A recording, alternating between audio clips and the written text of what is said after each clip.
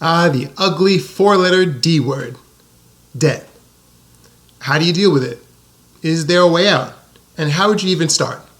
Well, luckily for you, we're diving into a few strategies right now. So like and subscribe, because we're getting right to it.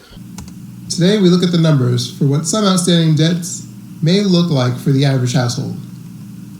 In the U.S., the average outstanding student loan balance per borrower is about $28,950. If it's a federal loan, good luck getting less than a 5% interest rate. Average payments about $393 per month. Let's say this household has one student loan outstanding. We'll use the average outstanding balance for a loan used for a used car, $27,945. Pay about $503 per month at 8.62% interest. The average credit card debt per household is around $6,270. The average interest rate for new card offers is almost 19%. And the average for existing accounts is about 14.56%. Split that between 3 different credit cards with different interest rates. So here we have this $63,000 plus worth of debt in total. If this were your situation, how would you start? Let's assume that you're tired of being in debt and decide to at least not add to these balances. How many months and years would it be till you're debt-free? While exact payment amounts and amortizations can vary, this is about what repayment would look like. Now with the student loan and car loan, you'll notice that the total payment amounts remain constant, whereas the credit card minimum payments will decrease with the balances. That is, until they reach a set minimum amount. In this case, we'll use $40. You can see this credit card has a balance so low that it's already at the smallest required payment. So you're paying $1,040.70 every month between all of these. That would be the previous month. You see it already heading down. And look, the amount of money that you owe every month just keeps on decreasing. Feels good, right? So how long does this repayment take? Okay. Credit card 1 just down. 32 months in. Let's see. Whoop. Car loans down. Well, it's going to be the same either way. Let's see, 71 months. Oh, student loans down. Let's see. Yeah. And then there was 1. All right. So 11 years, 2 months. Completely debt-free. Remember, we owed $63,165 total, meaning that $17,941 is the total interest paid over the time period, assuming you never paid late fees. How does that sound? Good? Bad? Indifferent? At least there's light at the end of the tunnel, right? Well, what if I showed you that it could be a much shorter tunnel with thousands less in total interest paid? I'm showing you that right now. And for those of you who stay to the end of the video, one crucial asset that keeps you debt-free once you're debt-free. Now, if you plan on using this content to grow your stacks of cash, subscribe, then hit the bell so you never miss a video. Also, if you know anyone who can use what we talk about on this channel, feel free to share this video with them. So there are 3 steps anyone can take to assault their debt at a faster pace and save thousands in the process. Step 1, don't decrease the amount that you pay on anything. When a credit card minimum decreases, pretend that it didn't. Pay the same amount every month until it's paid off. See, in the first case, we didn't do that. We just kept following the minimum payments. This time, let's keep them the same. That's right. That's it. Sound simple? Well, let's see how much time and money we save. Let's see what this strategy does for us. That was $40 last time already. That's not going to change. So when the second one goes down, yep, car loan down this. Whoa. The first credit card down this time. It took 11 years, 2 months last time to drop that one. That was the last one. But since we didn't change the amount that we paid, we ended up dropping that in 77 months. So that's 6 years and 5 months. That's going to kill the total time in debt. So we got the student loan. There we go, drop that at the same time. And credit card number 2 is the last one this time. Oh, 8 years, 3 months to out of debt. Compare that to last time. We had 11 years, 2 months, I think. 11 years, 2 months. $17,941 in interest versus $16,539 interest just for not changing your payments.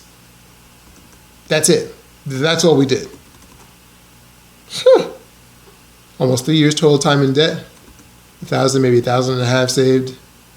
Like it? Want more? Step 2.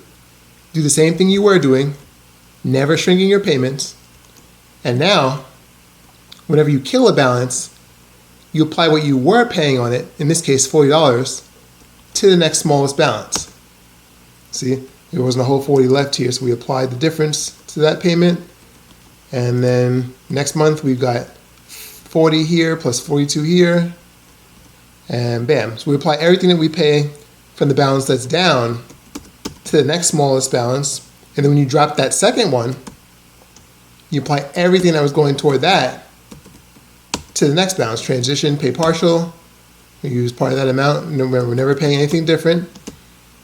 And then that next month, the whole amount's available, that whole 82 to the next balance, and so on. Finance guru Dave Ramsey calls this the debt snowball method. It builds momentum as it progresses. Look how fast that dropped. Boom. Couple months, boom. 4 months, down. And check that out. All of a sudden there's a student loan and it's just over now. Boom. Check that out. Here's an additional 2 years over the last thing we did, over step 1.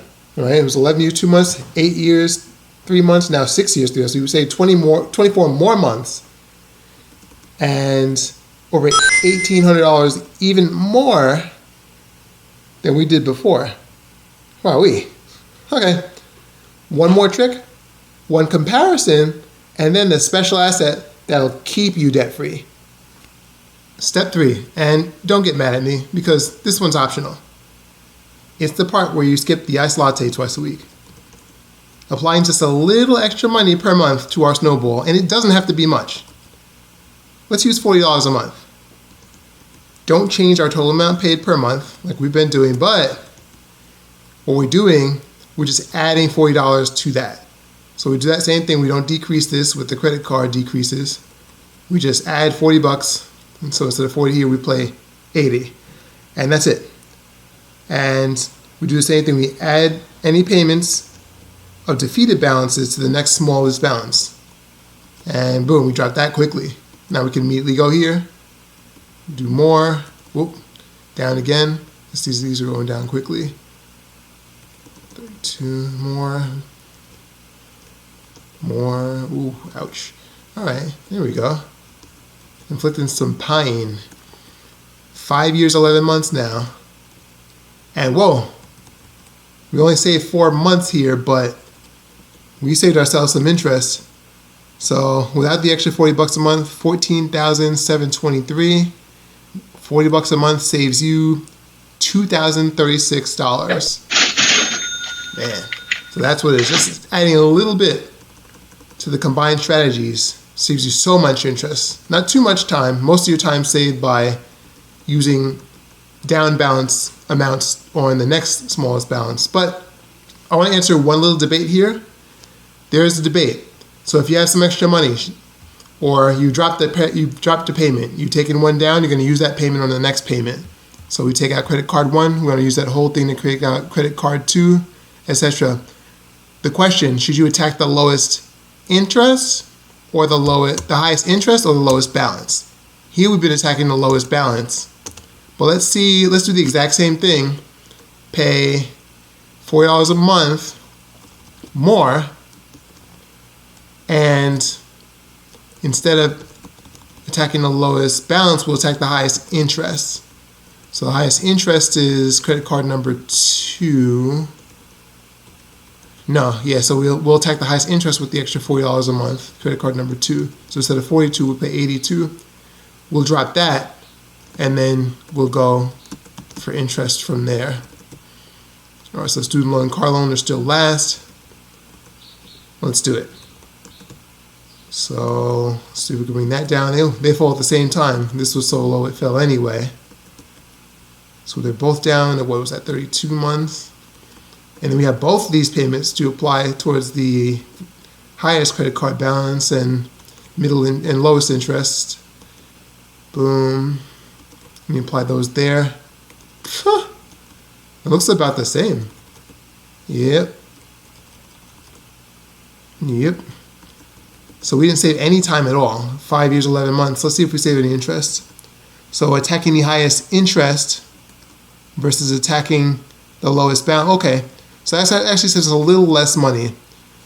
So we're paying $12,800 about in interest attacking the interest, but we only pay $1,200,686 attacking the lowest balance. So it's almost equivalent. Same amount of time. What do you save? Like, the difference is less than $120 over almost 6 years. So the point is, when you knock down the balance, you use what you were paying on that to go ahead and crush the next balance. Whether you attack the highest interest or the lowest payment, doesn't matter that much. In this example, the attacking the lowest balance wins a split decision. Now that special payoff for staying till the end. The asset that keeps you from ever having to go back into debt. Your emergency fund. 3 to 6 months of living expenses worth of liquid cash in a vehicle such as a high-yield online savings account.